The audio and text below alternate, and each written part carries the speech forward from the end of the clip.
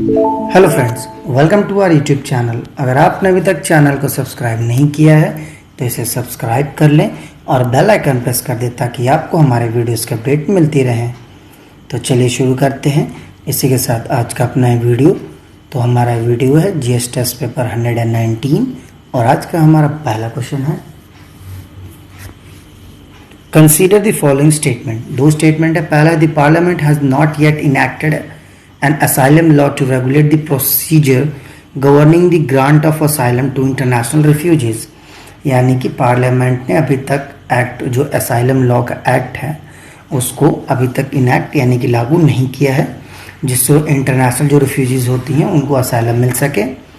Second है, state legislature and also can also legislate such an act provided such a bill obtained the assent of president after being resolved by the governor। कहने का मतलब जो state legislature है वो ऐसे legislation को, यानी कि जो असाइलम का लेजिस्लेशन है हमारा, तो उसको भी इनैक्ट कर सकता है अगर वो बिल प्रेसिडेंट की असेंट मिल जाती है जिसको गवर्नर द्वारा रिजर्व किया गया हो। तो आपको बताना है इनमें से कौन सा स्टेटमेंट सही है। तो उसका सही answer A one only, second वाला गलत है। ये जो असाइलम का मैटर है इंटरनेशनल रिफ्यूजीज का, ये यूनियन लिस्ट का है, ना कि स्टेट या फिर कॉन्करेंट लिस्ट का। तो चलिए इसी के साथ बढ़ते हैं अपने अगले क्वेश्चन की तरफ। Question number 2, which of the following restrictions need to be removed for improving the manufacturing development in India due to which the government has not been able to introduce a policy mechanism so far. कहने का मतलब है कौन से ऐसे restrictions हैं जिसको हटाने की ज़रूरत है ताकि हम जो मैन्युफैक्चरिंग सेक्टर उसको डेवलप कर सकें इंडिया में, जिसको गवर्नमेंट ने अभी तक जो गवर्नमेंट अभी तक हटा नहीं पाई है। तो आपको बताना है वो क्या है। तो उसका सही आंसर है सी, रिजिडिटी इन लैंड एक्विजिशन। किसी भी मैन्युफैक्चरिंग यूनिट को लगाने में सबसे बड़ी प्रॉब्लम आती है लैंड एक्विजिशन की। इसका एग्जांपल सबसे अच्छा है हमारा जो नैनो प्रोजेक्ट था, टाटा की नैनो जो कार आई थी, तो उसके लिए उसको लैंड नहीं मिल सका था वेस्ट बंगाल में, इसलिए उसने अपना प्लांट वहाँ के बजाय गुजरात में शिफ्ट किया था। तो चलिए इसी के साथ बढ़ते हैं अपने अगले क्वेश्चन की तरफ। Question number 3, In May 2020, which state has accorded industry status to sport? यानी कि मई 2020 में कौन सी राज्य है जिसने इंडस्ट्री स्टेटस स्पोर्ट में दी थी। तो उसका सही आंसर है ए, मिजोरम। इसका मुख्य उद्देश्य था ताकि जो स्पोर्ट है उसको प्रोफेशनलाइज किया जा सके। तो चलिए इसी के साथ बढ़ते हैं अपने अगले क्वेश्चन की तरफ। Question number 4, Which among the following is not a macroeconomic structural reform?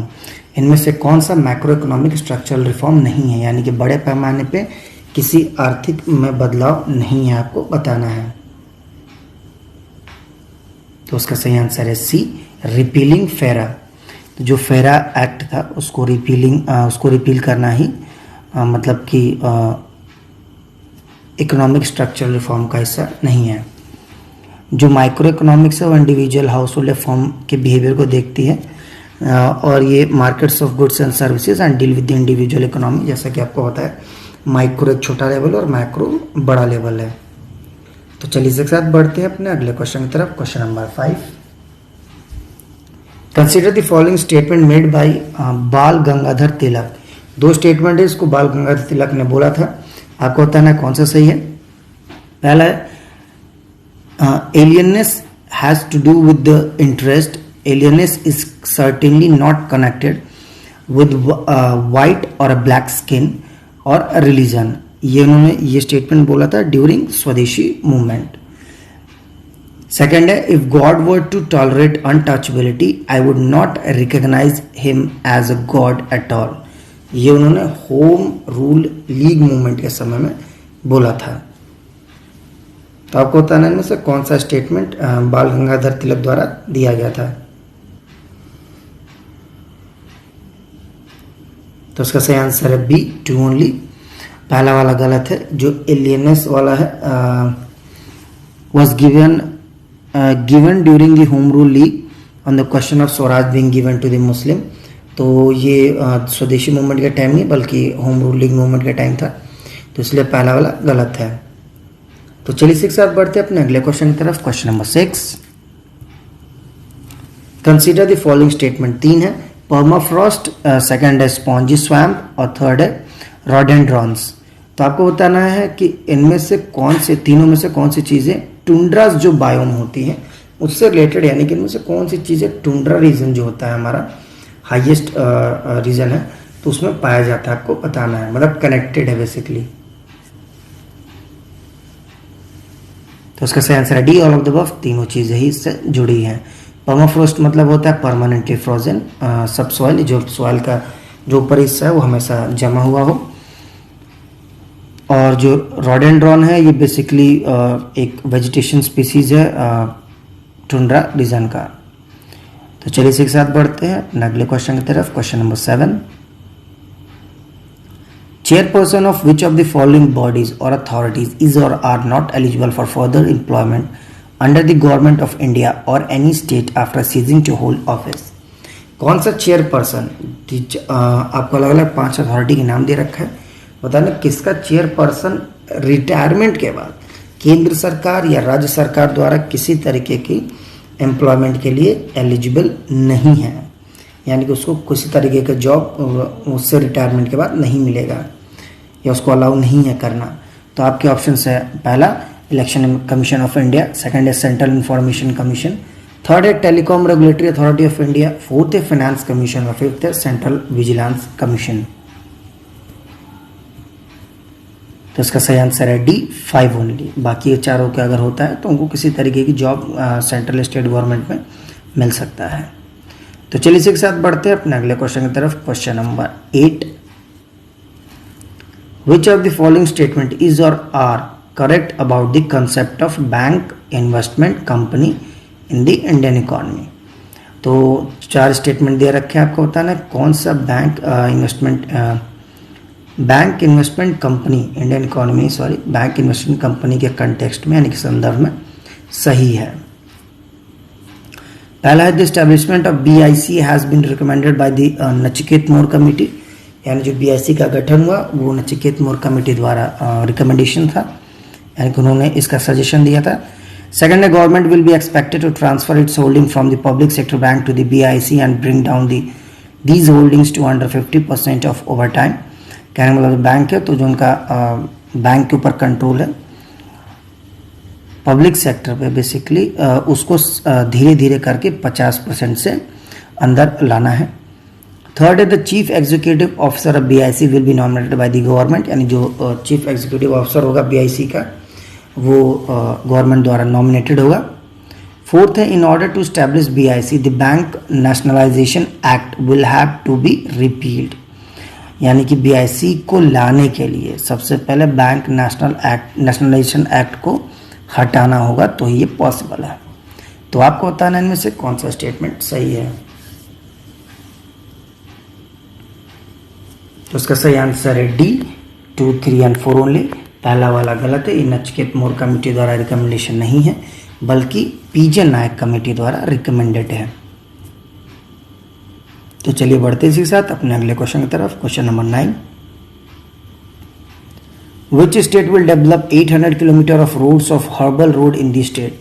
कौन सा राज्य 800 किलोमीटर का हरा भरा बना रहा है अपने राज्य में, ये आपको बताना है। तो इसका सही आंसर है D, Uttar Pradesh. These herbal roads will have to be medicinal and herbal trees along with the land in both the side, यानी कि सड़क के दोनों तरफ मेडिसिनल प्लांट्स होती हैं उनको लगाए जाएंगे। These herbal trees will have trees like people, Neem, Schezwan along with the herb varieties like Brahmi, ashwagandha and jatropha. तो ये इन तरह के पेड़ सड़क के दोनों तरफ लगाए जाएंगे लगभग 800 किलोमीटर के रोड के डिस्टेंस पे। तो चलिए इसी के साथ बढ़ते हैं अपने अगले और आखिरी क्वेश्चन की तरफ। Question number 10, in which of the following instances the representation of people act 1951 empowers the election commission to countermand election in the constituency, कौन से मतलब कि रिप्रेजेंटेशन ऑफ पीपल एक्ट 1951 था, तो इलेक्शन कमीशन को empower करता है कि वो इलेक्शंस को काउंटरमैंड कर सके, मतलब कॉन्स्टिट्यूशन द्वारा इसको पावर है किसी भी कॉन्स्टिट्यूंसी के कर सके। तो आपको बताना है इनमें से कौन सा है, मतलब किस समय में ये कर सकते हैं इंस्टेंस में। तो इसका सही आंसर है C, when booth capturing takes place in a large number of polling booths in a constituency affecting the result. यानी उस केस में अगर कहीं बूथ कैप्चर हो गया हो, सुना हो कि बूथ कैप्चर करके लोग अपने फेवर में वोट डलवा लेते, तो उस कंटेक्स्ट में ऐसा हो सकता है। तो फ्रेंड्स, इसी के साथ आज का हमारा वीडियो समाप्त होता है। जाने से पहले हम आपको हमारा लास्ट वीडियो यानी जीएस टेस्ट पेपर 118 का क्वेश्चन ऑफ द डे का आंसर बता देते हैं। तो हमारा क्वेश्चन ऑफ द डे था, skin disease, eye infection and diarrhoea are the example of what kind of disease. तो 3 बीमारी है, किस तरह की बीमारी आपको बताना था। तो इसका सही आंसर है बी, वाटर वॉश्ड डिसीज है। तो चलिए इसी के साथ जाने से पहले आज का यानी जीएस टेस्ट पेपर 119 का आपका क्वेश्चन ऑफ द डे दे देते हैं।